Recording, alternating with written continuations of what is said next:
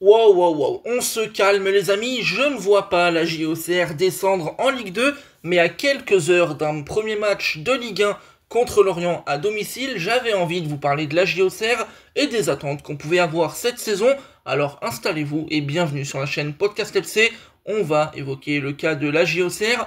Entre certitude et doute, la JA va connaître une saison évidemment mouvementée, évidemment avec la lutte pour le maintien jusqu'au bout. Et vous allez le voir, la question va pas être si facile que ça à régler. Alors déjà, du côté de la JOCR, moi il faut savoir que c'est un club que j'aime particulièrement, un club qui du côté de ma famille a été beaucoup apprécié à l'époque et tout pour certains, donc on m'a un petit peu transmis ça sans pour autant que ce soit mon club de cœur étant le Paris Saint-Germain, mais en tout cas la JA c'est vraiment un club pour qui j'ai de la tâche, c'est un club que je considère comme étant vraiment sain, vraiment familial, et on a un petit peu cette image avec la JA de ce club qui résiste encore et toujours à l'envahisseur. Vous savez, cette anomalie en Ligue 1 finalement du petit club qui avec un tout petit peu de moyens, avec finalement une ville pas si grande, Auxerre, arrive à aller en Ligue 1, à se maintenir, à faire des bonnes performances, à attirer aussi des joueurs de qualité, et forcément la JOCR est un petit peu une énigme de ce championnat, et une équipe qui est vraiment très attirante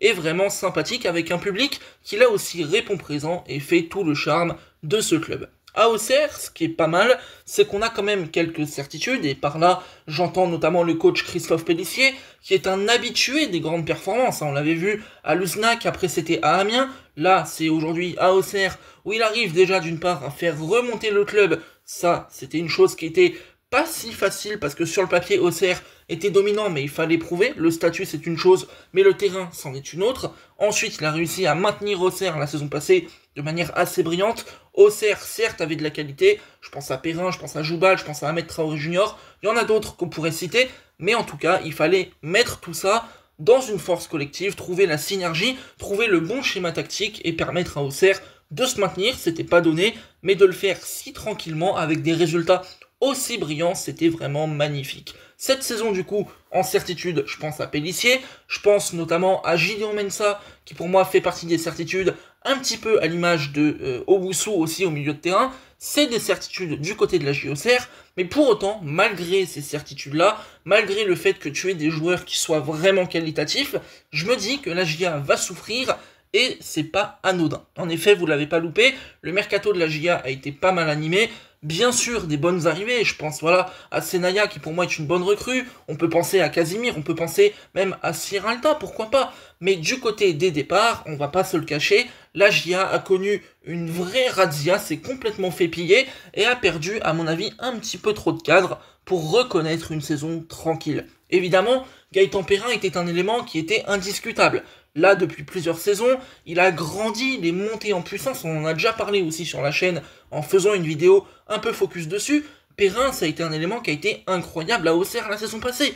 Créateur d'occasions incroyable, dribbleur excellent, passe décisive, but, je crois qu'il fait 10 et 10, c'est absolument indécent dans un club qui, sur le papier, remonte et est censé jouer le maintien jusqu'au bout. Finalement, vous le perdez, il va à Krasnodar, tout comme Joubal, qui là pareil, était là depuis plusieurs saisons, était une légende à mon avis de la JOCR, il tenait la baraque, il était très performant, là vous perdez deux éléments titulaires très importants, évidemment Kijana Hoever est parti au retour de prêt, Ahmed Traoré Junior pareil, très bon joueur, très important, il est reparti à la fin de son prêt, tu perds déjà 4 titulaires dans ton équipe, ça fait très mal. Des joueurs qui en plus de ça, non seulement étaient qualitatifs, non seulement étaient titulaires, mais qui honnêtement, pour la plupart, ont fait une vraie grosse saison.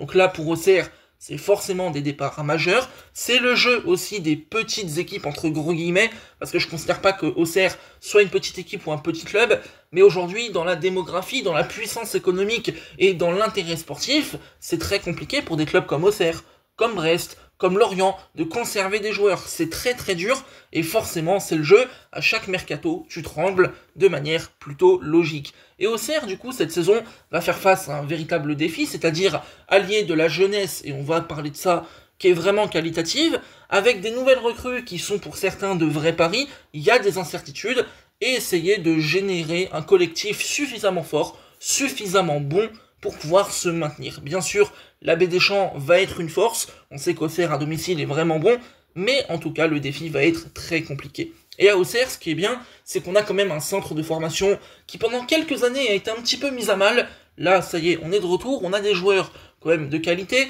Le deuxième gardien, c'était Aude Persin notamment, qui est formé ces dernières années à Auxerre. On a Kevin Danois, qui est un des joueurs à suivre cette saison, clairement un vrai talent, et pour le coup, je pense qu'il fera une grande saison et qu'il parviendra à confirmer ce qu'il avait fait de très très bien la saison passée. On a Clément Akpa, pareil, formé au club. Je l'étais pas vraiment persuadé qu'il allait faire autant de bonnes choses, parce qu'il était à l'époque latéral gauche, il a été repositionné dans l'axe, dans une défense à 3, et depuis c'est bien plus convaincant. C'est des joueurs qui vont être là à suivre, des vrais talents, des joueurs qui sont formés à la GIA, qui ont des choses à prouver, qui vont devoir confirmer aussi ce qu'ils ont pu faire de positif. Donc ça, c'est une première ossature qui est intéressante à la GIA. Ensuite, tu as les certitudes, comme je l'ai évoqué, Mensa, Owusu notamment, qui sont vraiment de très bons joueurs confirmés et qui pour le coup vont beaucoup apporter de par leur talent, de par leur niveau, mais aussi de par leur expérience en Ligue 1, leur âge, leur caractère, ça va être super important. Mais en parallèle, tu as quand même une incertitude, un doute qui fait que la GIA peut potentiellement trembler. Et ce que je veux dire par là, c'est qu'au niveau des recrues, tu as quand même des arrivées qui sur le papier sont pas mal. Je pense à Ibrahim Osman, qui est une grosse arrivée sur le papier. Il arrive de Brighton, prêt avec option d'achat, même si l'option d'achat ne sera jamais levée, c'est beaucoup trop cher. Mais en tout cas, sur le papier, c'est une grosse recrue. Quand tu vois que tu fais signer Siralta, bah t'es content, tu vois, c'est quand même un joueur qui arrive de deuxième division anglaise. Tu te dis qu'il y a un potentiel, qu'il y a du talent international chilien. Ok, pourquoi pas. Senaya, ok, pas de problème, bon joueur, machin. Mais en fait, tu te rends compte que du côté de la GIA, ces recrues-là, aujourd'hui, représentent aussi un pari. Parce que la plupart, c'est des joueurs à relancer. La plupart, c'est des joueurs dont tu ne sais pas vraiment où est leur plafond de verre, où est leur niveau maximal. Et tu te poses des questions. Est-ce qu'ils vont arriver à prendre la suite de cette équipe-là, de la saison passée, qui a été très belle, très séduisante? Est-ce que ça va un peu se casser la gueule? Chose que je pense, sans pour autant penser que OCR descendra. Ça va être un petit peu compliqué. Et le truc, c'est que du côté du mercato, parce que malheureusement ce n'est pas fini, et je dis malheureusement parce qu'OCR va continuer à être attaqué. Aujourd'hui, un garçon comme Lassine Sinayoko, que j'ai présenté sur la chaîne comme étant un joueur à suivre, bah honnêtement, il faut être honnête, c'est un mec qui crée pas mal d'occasions, qui amène du danger, qui est performant à la GIA, qui a beaucoup progressé d'année en année, mais il peut partir potentiellement. Et si tu perds Sinayoko, tu te retrouves en étant dans la merde. Si tu n'as pas un vrai numéro 9 qui arrive à la JOCR, ça va être compliqué, parce que Théobert, c'est un pari. Parce que là, Auxerre n'a pas vraiment d'attaquant de surface très performant, et t'as Florian Hayek qui est parti. Tu sais que sur le côté droit, potentiellement, tu manques d'un élément créatif en attaque. C'est multiples problèmes qui peuvent générer de vraies frustrations à Auxerre, et qui parfois pourraient empêcher de prendre des points. Alors ça va être un vrai challenge, faut voir ce que Pélissier pourra faire. Il est capable de vraies bonnes perfs, il n'y a pas de problème. Confiance en lui, l'aspect défensif, il maîtrise, la gestion des matchs, ça se passe plutôt bien. Mais ce qui est clair, c'est qu'il faudra des recrues, et dans un contexte économique très compliqué, où la GIA n'a pas levé l'option d'achat de 3 millions d'euros pour Massengo notamment, et a été chercher au milieu de terrain un joueur à relancer en prêt sec, on peut se poser des questions. Quelle est la surface financière de la GIA?